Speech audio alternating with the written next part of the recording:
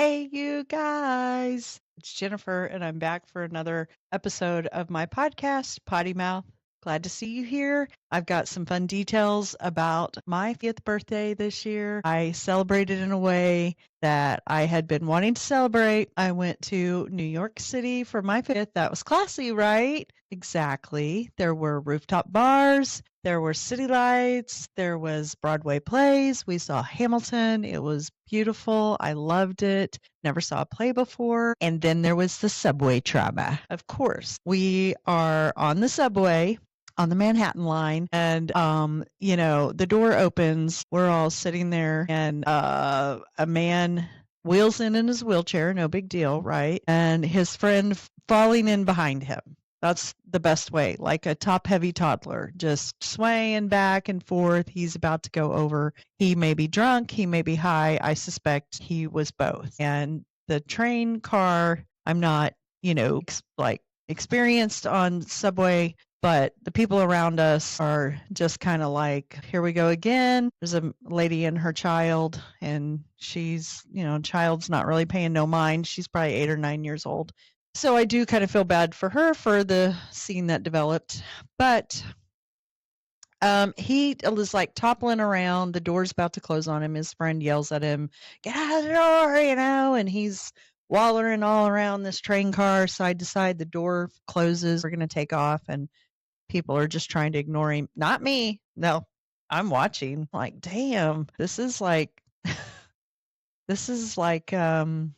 Subway Theater in 4K, basically. So I get out my phone, and by the time I get it to start recording, almost like on cue, this guy wallers his britches down, and he's like laying flat out on the subway car, and his dick is just on full display, just like my phone.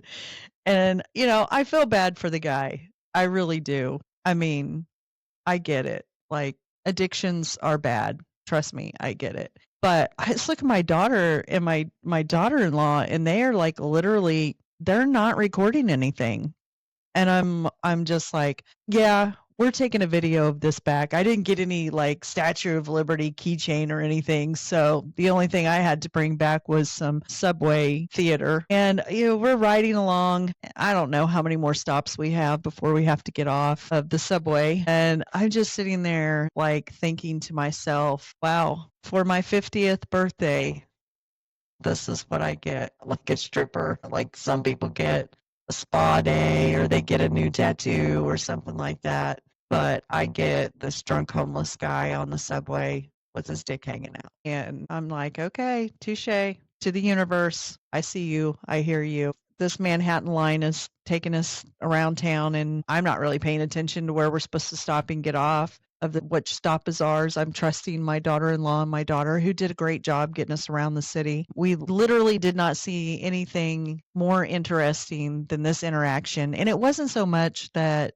the guy ends up naked on the subway. It's just that he ends up naked on my subway car. And I am taking this video of him. I am really hoping if he sees my video someday, hit me up, let me know, because I owe you royalties. I didn't share this with anyone other than, my personal friends. And the fact that his pants were extremely dark and his skin was very, very dark. And so you could not even tell when you were first looking at this video that his wiener was hanging out. But once you zoomed in, there it was. And it was impressive. I'm not going to lie.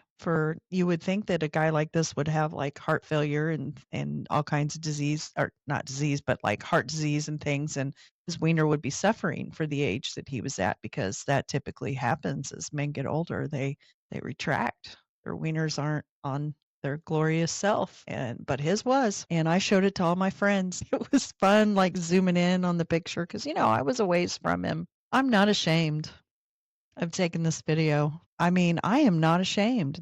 These are the kind of things that go on in my life all the time, and I choose to find pleasure, not that kind of pleasure, but I choose to find the good side of this. I feel terribly bad for this guy. And as we were sitting there, I'm thinking to myself, because I'm trained as a healthcare professional and my full-time job is a nurse practitioner, I'm not afraid to say that either. I'm very good at what I do. And the next thing I know, I'm looking at him and I'm just praying to myself, please, Lord, don't let this half naked, drunk, high man keep his heart beating until I get to my stop, because you're going to be testing me more than I've ever been tested before. If he looks like he's going to stop breathing, I'm going to have to do CPR on him. And, I would not have let him die. And I would have got over there and just been up and down on his chest doing CPR. I don't think I would do mouth to mouth, but they say mouth to mouth is less important nowadays because you're just blowing CO2 into their mouths. But that was our fun on the New York City subway. And my trip to New York City was totally amazing. It did not change my impression of the city. The city was totally the best thing ever. If you have not been there, you should not listen to all the scary stories. I mean, of course, this was a little unnerving. Not for me, though. I mean, the mother on the subway, she said, "Oh my gosh, this is why we moved from the city." And her child is sitting there, she's trying to shield the kid from looking over, which it's a good thing that his skin was so dark and his pants were so dark because you couldn't really notice that his wiener was sticking out. And he was that way when we got off the subway. He didn't puke or anything. He didn't take a dump or nothing like that or pee his pants. So that was nice of him not to do that. But the city was still extremely amazing. We saw the Statue of Liberty. It was very impressive. I thought she was beautiful. We visited with some nice people on the ferry going over there, and that was fun. It wasn't very crowded. Of course, we were there in February. Not probably the smartest time to go, but the people of the city were the friendliest of people, very helpful. The only people I did not like were the ones that hovered around the New York or the Statue of Liberty to get on the ferry. Those dudes were aggressive. I mean, scary aggressive to me. They try to sell you tickets and they're not really the ticket people. You can go up to the booth and get the tickets that way, but they were aggressive. And so we experienced a lot of amazing food. We did not go to the 9/11 memorial. I did not do that because it was my 50th birthday. That's already fucking sad enough as it is. So really, all in all, I wish I could just tell this guy thank you for his show, his free show that he put on the subway. And I'm glad that he didn't get caught up in that subway door because honestly, I don't know what happens. Like, does it stop? Would it break something? Would he have had like a broken rib or something if his torso would have been in there?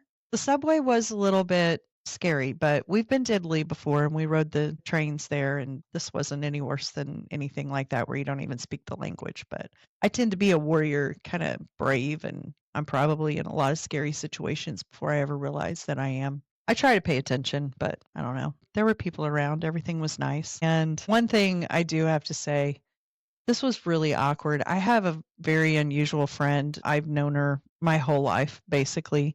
Her mother and my mother were friends. I hope she's not watching this because she probably won't care. But it was really weird. She asked me after I showed her the video, like at night, she's like, "Hey, do you saw that video of that guy on the subway? I want to show it to my boyfriend." I was like, I already deleted it because I thought that was strange. Why would she want me to text her that? I mean, I guess she was just enthusiastic about the whole thing and she thought that her boyfriend would think it was funny too. But I think really part of the funniness was me telling the story about being there on my 50th birthday. But thank you, New York City. Tell me in the comments, what's something that's happened to you when you were on a vacation or a trip? Any nakedness going on? Anything gory, anything gross, anything that you think just really stood out as something that made your whole trip memorable? So can't wait to hear it in the comments. Can't wait to bring you my next unfiltered stories that I just choose to share because, hey, I got nothing better to do. Time on my hands and it's a lot of fun. So I'll see you on the next show. You guys have a great night.